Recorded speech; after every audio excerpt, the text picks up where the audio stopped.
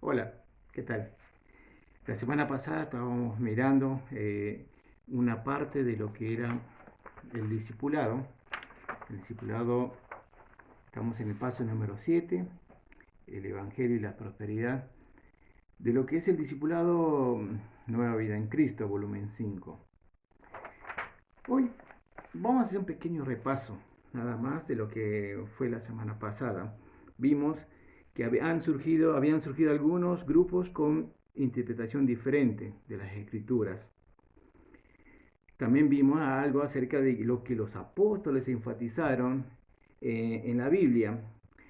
Enfatizaron lo que era la santidad en la vida interior más que en lo material. En los grupos anteriores, los grupos que están saliendo, están enfatizando más lo que es la prosperidad, vivir lujosamente y todo X cosas, ¿no?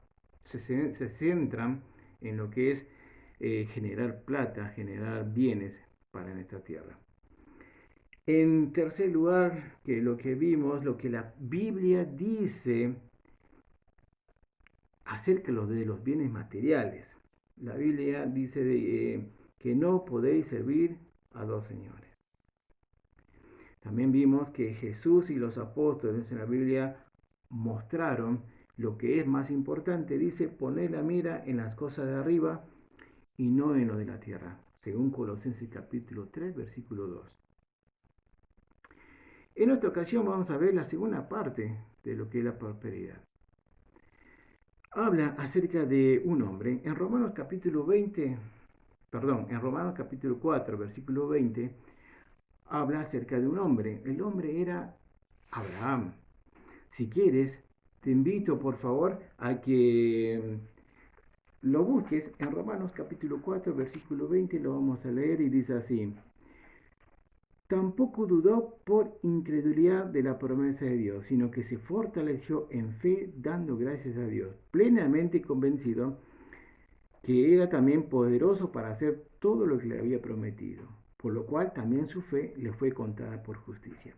Acá vemos a Abraham, el padre de la fe, un hombre muy grande que Dios le prometió tener un hijo, y él realmente le creyó a Dios, porque era algo que no podía hacer muchas veces. Era un hombre viejo, grande, su esposa era también grande y era estéril, entonces casi era imposible, pero para Dios todo era posible. Entonces él le creyó a Dios, un hombre de fe. Ahora, hablando de la fe, ¿no?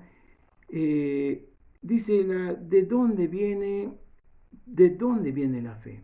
La fe viene de oír la palabra de Dios, la palabra correcta de Dios, la interpretación correcta. En esta ocasión te voy a leer algunos puntos de ciertos predicadores abusivos que están en este tiempo en el mundo, también en nuestra querida Argentina. El primer punto dice, muchas iglesias pequeñas sufren económicamente porque sus miembros dan sus ofrendas a ciertas iglesias, mega iglesias o superministerios de radio y televisión. También dice, muchos de los maestros de la prosperidad viven en lujos a expensas de creyentes sinceros pero pobres. En tercer lugar, su enfoque no concuerda con el enfoque bíblico de las riquezas, sobre las riquezas, mientras enfatizan las riquezas. La Biblia dice estos que no concuerda con lo que la palabra de Dios dice. La Biblia en Lucas capítulo 12, versículo 15 dice, mirad, guardaos de toda avaricia, porque la vida del hombre no consiste en la abundancia de los bienes. Estos predicadores abusivos, falsos maestros, interpretan mal la palabra de Dios. En cuarto lugar dice, aunque pretenden tener base bíblica para justificar una vida lujosa, incluso para convencer a la gente, profetizan, inventan para poder seguir viviendo su vida lujosa. Otro punto dice, este evangelio no está funcionando porque muchos de sus seguidores siguen siendo pobres. Y estos predicadores abusivos dicen que no o sea, no está sucediendo lo que ellos piden porque tienen falta de fe o hay pecado en su vida. A veces usan, intimidan y dan temor a la persona. Otro punto dice, sus seguidores no conocen bien la Biblia.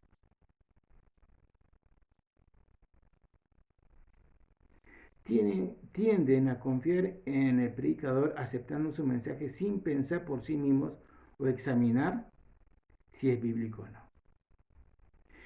Parecen que están hasta como hipnotizados. Creen ciegamente y no examinan, no buscan, no comprueban con la palabra de Dios. Otro punto dice, Dios pide que los creyentes trabajen para que tengan que compartir con los que padecen necesidad. Pero esto no lo hacen. Ellos están empeñados en pedir a los pobres, pero no dan a los pobres. Otro punto dice, en muchos casos se nota la falta de humildad y mansedumbre de los líderes en el trato con sus seguidores. Todo lo contrario, que lo que dice ahí Pedro, te invito a que busques en la primera carta de Pedro, capítulo 5, del versículo 2, 5, capítulo 5 y versículo 2 y 3. Dice, ruego a los ancianos que están entre vosotros, yo anciano también con ellos, y testigo de los padecimientos de Cristo, que soy también participante de la gloria que será revelada. El 2 dice, apacentad la grey de Dios, que está entre vosotros, cuidando de ella, no por fuerza, sino voluntariamente, no por ganancias deshonestas, sino con ánimo pronto, no como teniendo señorío sobre los que están a vuestro cuidado, sino siendo ejemplos de la grey.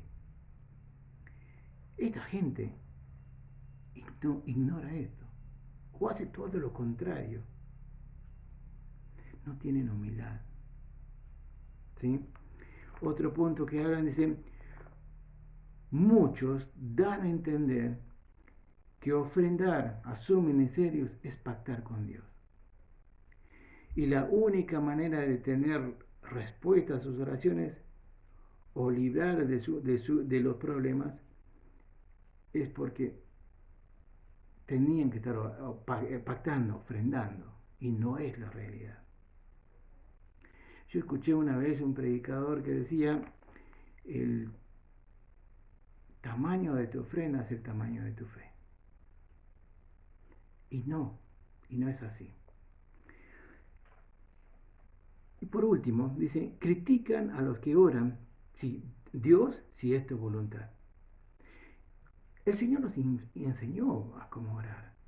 El Señor, en 1 Juan capítulo 5, versículo 14, nos muestra cómo deberíamos orar. Dice ahí en el versículo 14, y esta es la confianza que tenemos en Él, que si pedimos alguna cosa conforme a su voluntad, Él nos oye.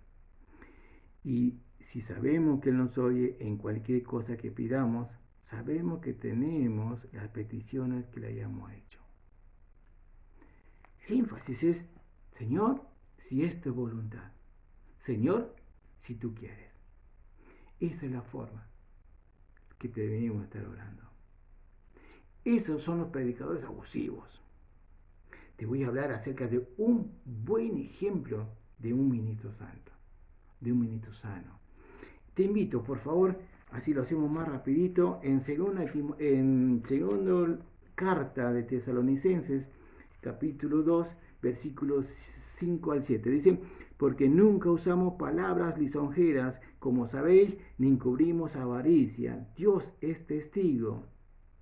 Ni buscamos gloria de los hombres, ni de vosotros, ni de otros, aunque podíamos seros carga como apóstoles de Cristo. Antes, fuimos tiernos entre vosotros, como la nodriza que cuida con ternura a sus propios hijos. Está diciendo, ahí el apóstol Pablo está diciendo así, fuimos tiernos, como una madre que cuida a sus hijos. Y no usamos palabras lisonjeras queriendo sacar provecho. Al contrario, fueron humildes, y tenían como testigo a Dios.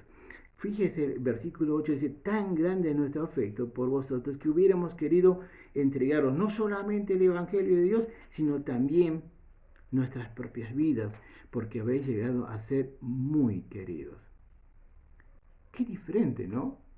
Qué diferente a esos predicadores abusivos, a lo que era la vida y la forma como trataba el apóstol Pablo.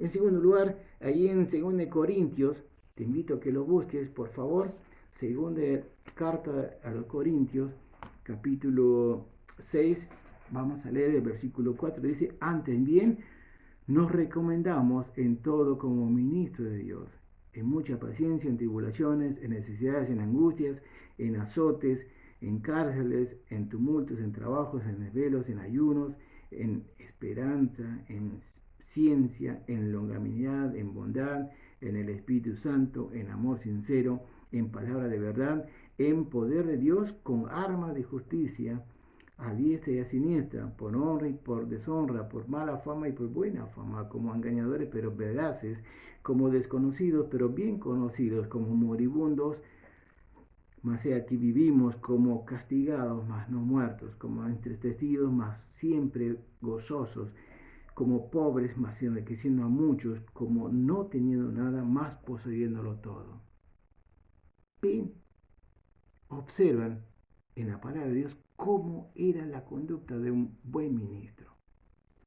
Por último, te invito a que leas ahí cerquita, capítulo 2, versículo 17. Ahí de 2 Corintios dice, pues no somos como muchos que medran falsificando la palabra de Dios, sino que con sinceridad, como de parte de Dios y delante de Dios, hablamos en Cristo.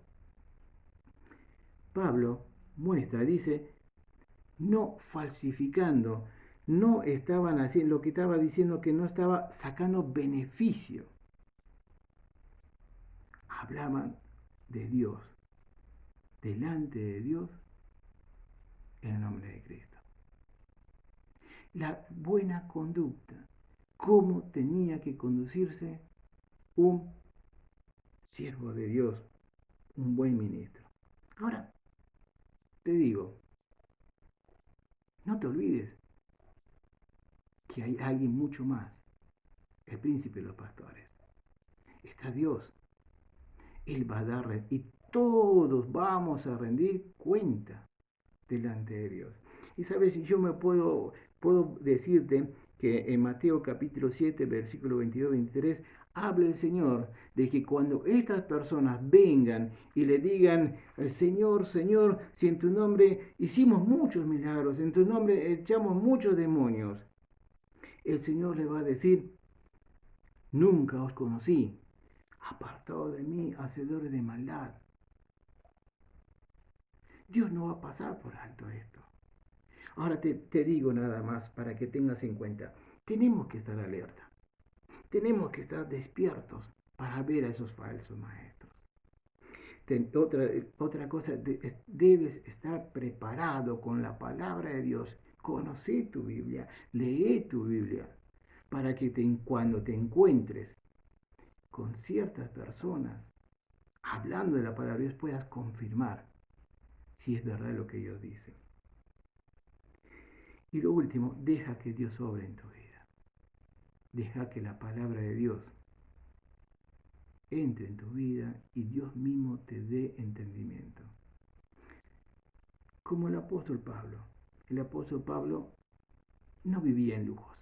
Sus últimos tiempos, dice que estaba en la cárcel. No vivía en lujos. Y vos sabés que las cárceles de Roma eran húmedos, fríos en ese tiempo, por la cual le decía ahí a Timoteo, tráete el capote que dejé en Troas. ¿Sabes? No vivía en lujos. No eran unos como estos abusivos que en este tiempo falsifican la palabra de Dios. Te invito a que seas sabio y alerta con lo que la palabra de Dios propone. Que el Señor te bendiga.